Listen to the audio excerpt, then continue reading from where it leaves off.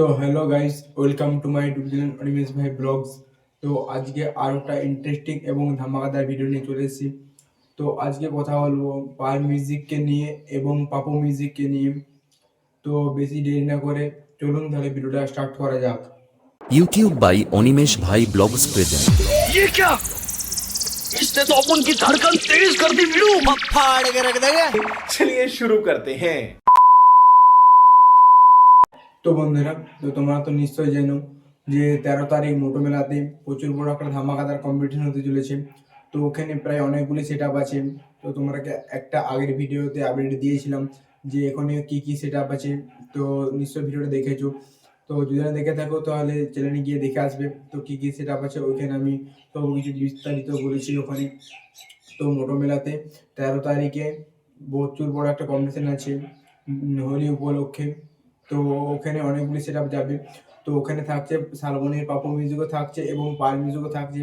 তো শালবনির পাপু মিউজিক এবং পার মিউজিকের আগে কিছুদিন আগে গোয়ালতোড়ে একটা কম্পিটিশন হয়েছিল বলতে একটা হাড্ডাহাড্ডি কম্পিটিশন হয়েছিল। তারপরে ওখানে কম্পিটিশনে কে জিতেছিল বা কে হেরেছিল ওখানে ঠিকঠাকভাবে জানা যায়নি। পাপু মিউজিক জিতেছিল না পার মিউজিক জিতেছিল, তো ওখানে ঠিকঠাকভাবে জানা যায়নি।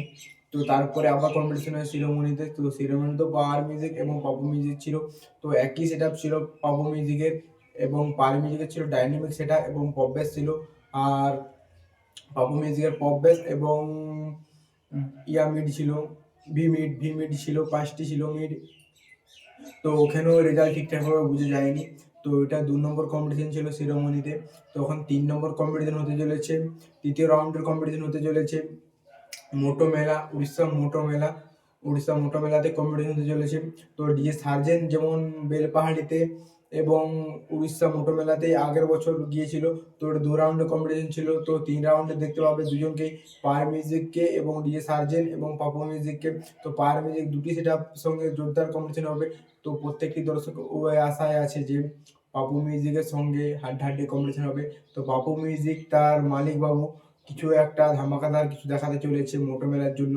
কারণ পাপু মিউজিকের মালিক আগের থেকে কিছু প্রস্তুতি নিয়ে নিচ্ছে মোটো মেলা কম্পিটিশনের জন্য। কারণ সেও জানে যে পাওয়ার মিউজিকের সঙ্গে কম্পিটিশন লড়তে হবে, কিছু একটা ভালো রেজাল্ট করতে হবে। তার জন্য পাপু মিউজিক তার 24 ইঞ্চি স্পিকার ঢুকাচ্ছে ভিতরে।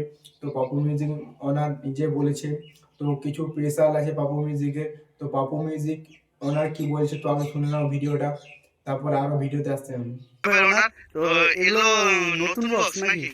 এটা নতুন চমক, এটা দেওয়া হচ্ছে।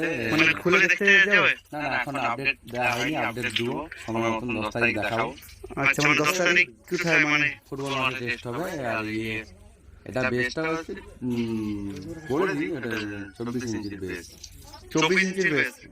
তো এটা 24 ইঞ্চির বেস রয়েছে, কিন্তু যে এটা স্পিকার যে একটা ভাইরাল হয়েছিল কিছুদিন আগে, সেই স্পিকারটা দিয়ে টেস্টিং হবে। হ্যাঁ, ওটা দিয়ে টেস্ট। তো দাসকার যেটা 4000 ওয়াট, ওটা কি অরিজিনাল 4000 ওয়াট না তার থেকে কম?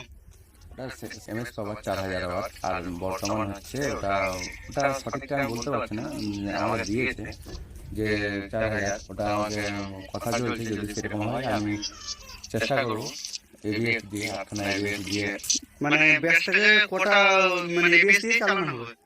সিঙ্গেল 4000 ওয়াট হলে দারুণ সুন্দর হচ্ছে। মানে দুটো করে। তো অবশ্যই তখন 10 তারিখে কি মানে কনফার্ম না? 10 তারিখ কনফার্ম চেষ্টা করছি। পুলিশ প্রশাসনের কাছে অনুমতি নিয়ে যদি টেস্ট করা হয় আমি অবশ্যই ফুটবল মাঠে টেস্ট করার চেষ্টা করবো। এটা উড়িষ্যার কিছু আসছে যে 10 তারিখ কনফার্ম আসছে এখানে আমাদের টেস্টিং দেখার জন্য, যে ওখানে দেখে আবার কিছু কনফার্ম হবে। ওই জন্য চেষ্টা চালাচ্ছি 10 তারিখ করার জন্য। কিন্তু আমার একটু চাপ রয়েছে, প্রচুর চাপ রয়েছে ইনপুটের জন্য। মানে ওই জন্য 10 তারিখ করা যায়। পরীক্ষা চলবে, সে সময় কি পারমিশন? ওটাই আমি প্রশাসনের কাছে অনুমতি, মানে হলো 2-1 ঘন্টার মধ্যে। হ্যাঁ, 1-1.5 ঘন্টার মধ্যে ব্যবস্থা করবো।